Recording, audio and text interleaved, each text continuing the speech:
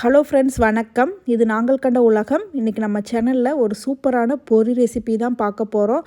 அதுவும் இப்போ மழை வேறு வந்துட்டுருக்கு. இந்த மழை டைமில் சாப்பிட நல்லா டேஸ்ட் வந்து வேறு லெவலில் இருக்கும். இப்போ வாங்க வீடியோக்குள்ளே போகலாம். எப்படி பண்ணுறதுன்னு பார்க்கலாம்.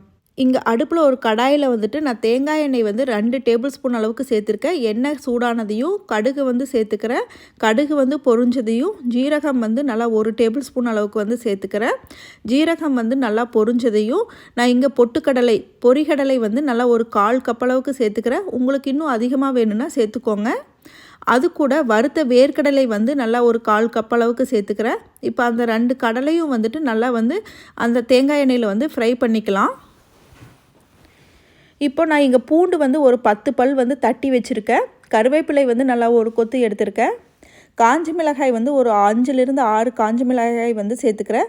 உங்களுக்கு பூண்டு இன்னும் அதிகமாக வேணுன்னா இன்னும் அதிகமாக சேர்த்துக்கோங்க. இப்போ அந்த பூண்டு வந்து அந்த எண்ணெயில் வந்து நல்லா வந்து வதங்கி வரட்டும். அந்த பூண்டோட பச்சை வாசனை போகிற அளவுக்கு நல்லா வந்து வதக்கி விட்டுக்கோங்க அந்த தேங்காய் எண்ணெயில். இப்போ நான் இங்கே கருவேப்பிலை பொடி வந்து நல்லா ஒரு 2 டேபிள் ஸ்பூன் அளவுக்கு சேர்த்துக்கிறேன். இந்த கருவேப்பிலை பொடி ரெசிபி நான் ஏற்கனவே சேனலில் வந்து போட்டிருக்கேன். அந்த கருவேப்பிலை பொடி சேர்த்து நல்லா வந்து கலந்து விட்டுக்கோங்க. இப்போது நான் பொரி வந்து நல்லா ஒரு பெரிய பவுலில் வந்து எடுத்து வச்சுருக்கேன். அந்த பொரியை வந்து சேர்த்துக்கிறேன். பொரியை சேர்த்து நல்லா வந்துட்டு அந்த மசாலா கூட வந்து கலந்து விடுங்க. இப்போது நான் இன்னும் ஒரு டேபிள் ஸ்பூன் கருவேப்பிலை பொடி வந்து சேர்த்துக்கிறேன். உங்களுக்கு எவ்வளோ காரம் வேணுமோ அந்த அளவுக்கு சேர்த்துக்கோங்க. இந்த மாதிரி கருவேப்பிலை பொடி சேர்த்து பொரி வந்து செஞ்சு பாருங்கள். அந்த வாசனையும் அந்த டேஸ்ட்டும் வந்து நல்லா வேறு லெவலில் இருக்கும். நல்லா வந்து கலந்து விட்டுக்கோங்க.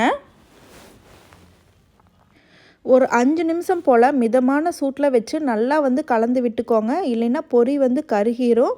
இப்போது நான் இங்கே இன்னும் ஒரு டேபிள் ஸ்பூன் அளவுக்கு தேங்காய் எண்ணெய் வந்து சேர்த்துக்கிறேன். தேங்காய் எண்ணெய் சேர்த்து நல்லா வந்து கலந்து விட்டுக்கோங்க. இப்போ பாருங்கள், நம்மளுக்கு சூப்பராக நல்லா ஜம்முன்னு வந்துட்டு கருவேப்பிலை பொரி வந்து ரெடி ஆகிடுச்சு. நல்லா காரசாரமான பொரி நல்லா மணக்க ரெடி ஆகிடுச்சு.